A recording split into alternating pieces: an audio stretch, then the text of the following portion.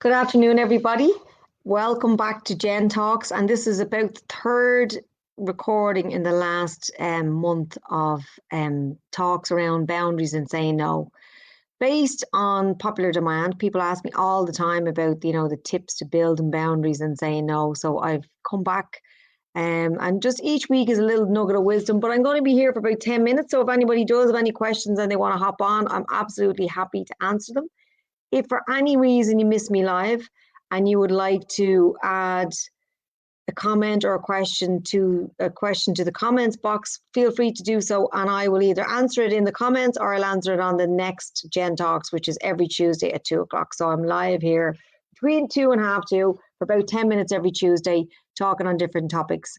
Also, if there is a topic that you have a burning desire to talk to me about, or you'd like me to talk about on the JenTalk series, post it in the comments and I'll add it to the list of a long list of talks to do for the year. So let's dive in. Maybe just start with a quick recap of what we talked about boundaries. And I mentioned in the very first talk that boundaries are, the healthy distance at which you and I can respect each other at the same time. And I know that sounds very wordy, but realistically what we want is to look at boundaries from the point of view of your needs are being met as equal as the person who you are trying to work with or help or communicate with. And it's not that anyone else's needs are superior to yours or more important. And that's difficult for us because all the way through society, we learn that, we putting other people before us is what good people do, depending on where you come in your family, depending on what role you have in your relationship. There's different rules around, putting yourself first or putting yourself last that we've picked up along the way. We have a lot of conditioning around putting other people's needs first. And one of the big things I always say to people when I talk about boundaries is that givers attract takers. So think about the yin and the yang, so when we are so giving and we're people pleasing, we attract takers like the way a moth would be attracted to the light, the light bulb. So when you look at that in your life and you see that somebody's just taking, at some point you have to say, was this what you were put on this planet for? Were you just put on this planet to just give? And yes, we talk about that in relation to relationships, friendships, but even from the point of view of parenting. I mean, one of the biggest lies that we tell ourselves that it's important to put ourselves at the bottom of the list because we have to show our children that they need to come first. And realistically, what you show your children is what your children become.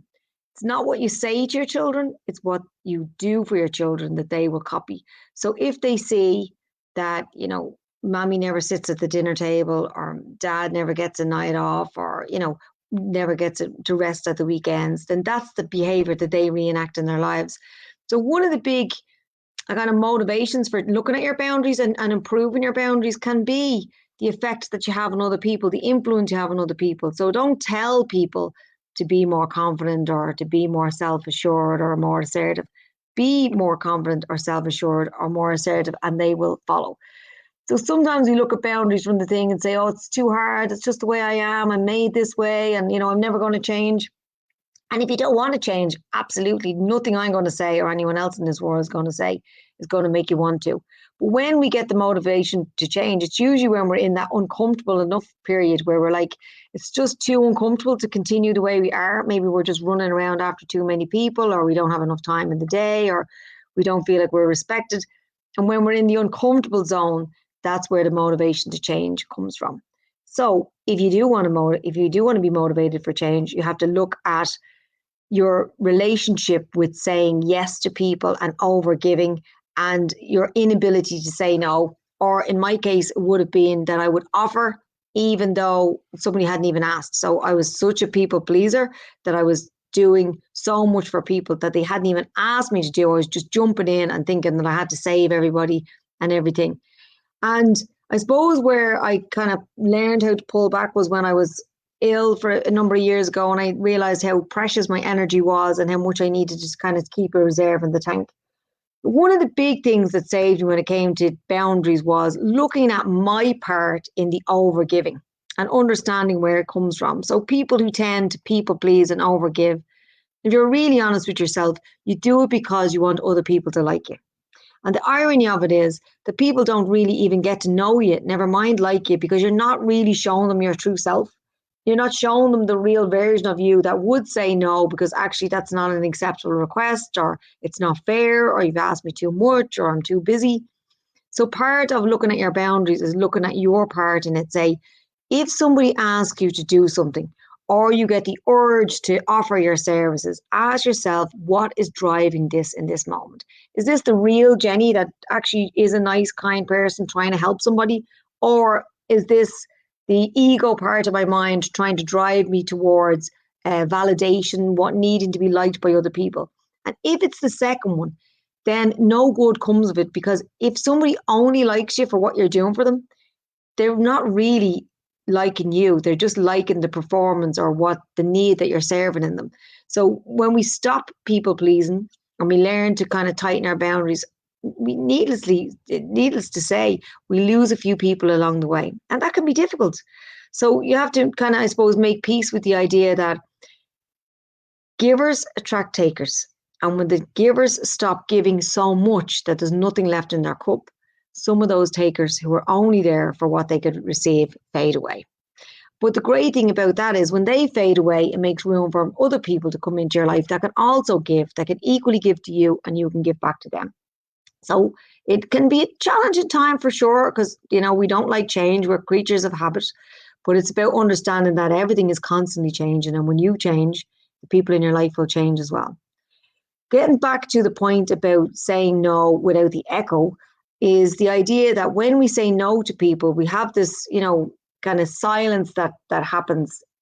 So someone rings me up and says, Jenny, can you see me today? And I say, no. There's an echo that happens where I feel in my mind that I should be saying, no, I'm very sorry, I'm really up to my eyes, I've got so many clients, maybe I'll squeeze you in tomorrow, or could you come later? And, all that kind of mantra. And it's in that silent window where we don't go into that space where the guilt comes in. So here's the thing to remember about guilt. Guilt is an emotion that does not serve us. It's an emotion that's driven by our ego, or even if you want to go a little bit further, it's driven by the saboteurs in your mind. And the job of the saboteurs were to keep you safe when you were young. They were survival strategies, but they're no longer serving you now. So when you're feeling guilt about saying no to somebody, that's just a saboteur trying to control your behavior into keeping you being either a people pleaser or an avoider, or whatever saboteur is running the show. So when you feel the guilt, ask yourself the question, who does the guilt belong to? Because it doesn't belong to you. Your true self doesn't want you to feel guilty. Your true self doesn't want to make you feel bad about yourself. Your true self wants you to be happy and calm and peaceful. But the saboteur uses the negative feeling of guilt to control you into doing what it is you need to do for other people. So when you recognize that, when you become aware of that, then you can say no thank you to the guilt. And one of my favorite ways of saying no to somebody, and I only do this if it's genuine, is somebody asks me for something that they want me to do that I can't do. I say, it's not a no, it's a not now. So no, I can't see you today. I am booked up with my clients, but I have a window in my diary next week in the afternoons. How does that work for you? So much easier than just a flat no. Now, there are times in my life where people would say, would you like to go on holidays with me? No, thank you. There are times you just want to say no. But most of the times when we're saying no, it's usually around arrangements, it's around people asking us to get involved in things, joining parents' committees, whatever it might be that we just have no interest in. So if there's a moment where you can genuinely look at that at a later stage, no, not now is a great way of saying no. Another great way of saying no, and we all know this one because most of us grew up with this, is let me get back to you. And because I genuinely work from a diary, I say that to people even when I am going to go back and say yes, or I think about going back to say yes. But it's a great habit to get into. You say, let me see if I can get a babysitter. Let me have a think about it. Let me have a look at my diary. Let me get back to you. Can I think about that? Can I get back to you? And it's so much softer than just a blank kind of no that we say to people, because we're lying to ourselves if we say that it's easy to say no. I mean, I won't bring it in this talk. I'll maybe look at it again next week around our culture and our society and the way we communicate indirectly, particularly in Irish culture. But the other point is that we are coded to be part of a tribe. and we care about what other people think of us. So there's no point in going around saying, oh, what other people think of me is none of my business. That's an amazing slogan. It's absolutely brilliant. Get it printed on a t-shirt. But for most people, that's not a lived experience. And when we try and rattle off mantras that don't resonate with us, that we can't internalize, it just makes us feel even worse. So what I would say is own the fact that you are built to want to be liked and part of a tribe. But ask yourself who your tribe is. Look at your tribe and say, who is your inner circle of trust? Do I care what people think about me? Absolutely. Do I care what everybody thinks about me? No, I don't. I don't care what people think about me on social media. I don't care about people that I don't know about. I'm past the stage, thank God, of, somebody beeps at me what they think of me, am I driving? But the inner circle that I've been working on, the people that really matter to me, that bring me energy and take my energy and I give my energy to, and they give their energy to me, those people matter. So when I think about what other people think of me, I think about those people. So it's not that I'm going to deny myself the idea that I'm just going to magically wake up one morning and no longer care what people think. I care about the people who matter.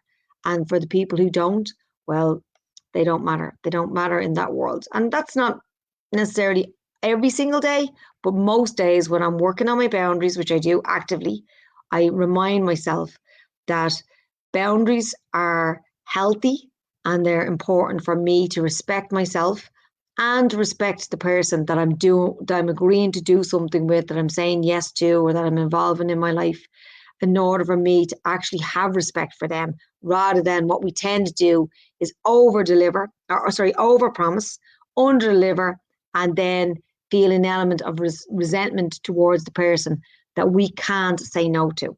So the respect for that person goes out the window. So if you really want to, if you value a friendship or a relationship and you want to,